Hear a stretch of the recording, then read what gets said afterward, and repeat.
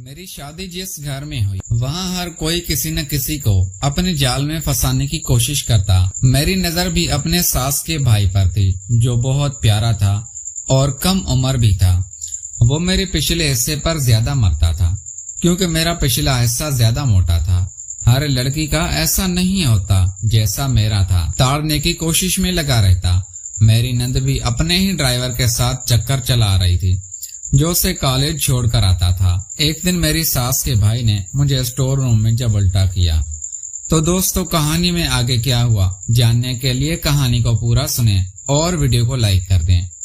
میرا نام نور ہے، سب پیار سے مجھے نوری نوری کہتے ہیں۔ میں بہت خوبصورت لڑکی ہوں، میری رنگت سفید نہیں بلکہ سانولی ہے، لیکن میرا فگر کمال کا ہے۔ آج کل کے لڑکے لڑکیوں کی رنگت پر نہیں بلکہ ان کے فگر کو دیکھتے ہیں، اور میں فگر کے معاملے میں بہت زیادہ خوش نصیب ہوں۔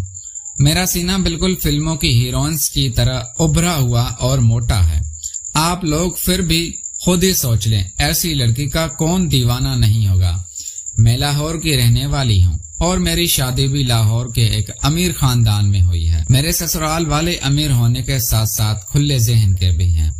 انسان جو چاہے وہ کوئی روک ٹوک والا نہیں ہے۔ 2 گھنٹے سے آپ نے مجھے گھوڑی بنایا ہوا ہے، میں اب تھک گئی ہوں۔ میرے شوہر اپنی نئی شادی کا مزہ لے رہے تھے اور میں درد اور تھکاوٹ سے بے حال ہو رہی تھی۔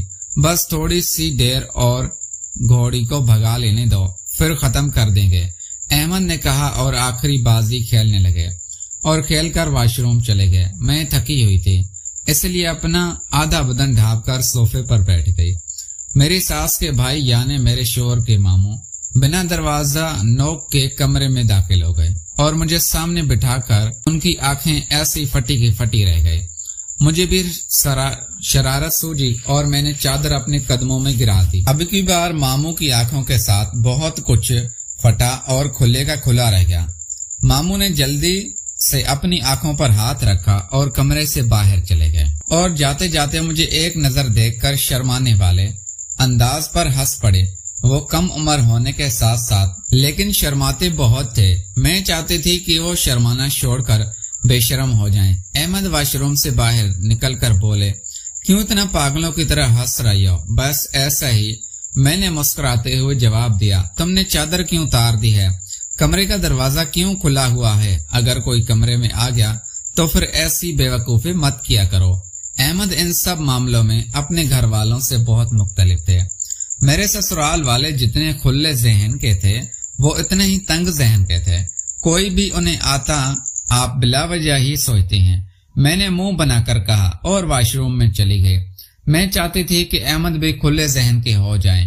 میں کچن میں آئی اور اپنے لیے چائے بنانے لگی۔ میرا دیور بھی کچن میں تھا۔ وہ اپنی مما اور پاپا کی طرح کھلے ذہن کا مالک تھا۔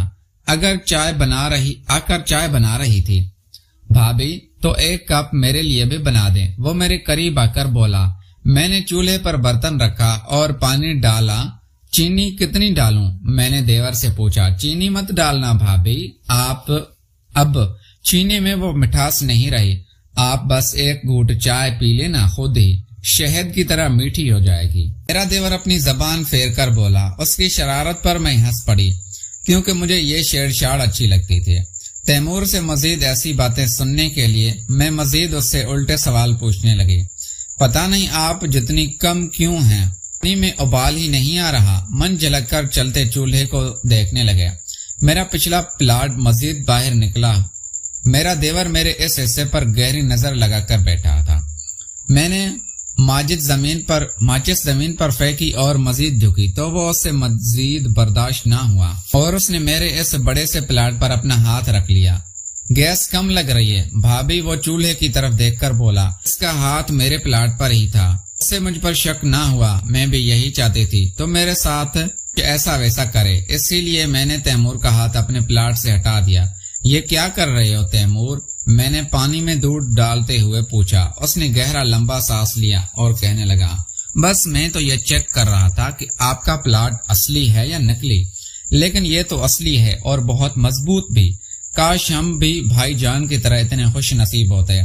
کیا آپ کے پلاٹ پر؟ تیمور میری جھکی آنکھوں میں دیکھ کر بولا پیار سے۔ دوستو اس کہانی کا اگلا پارٹ دیکھنے کے لیے ہمارے چینل کو سبسکرائب کر لیجئے، ویڈیو کو لائک نہیں کیا تو ویڈیو کو لائک کر دیں۔ Thanks for watching.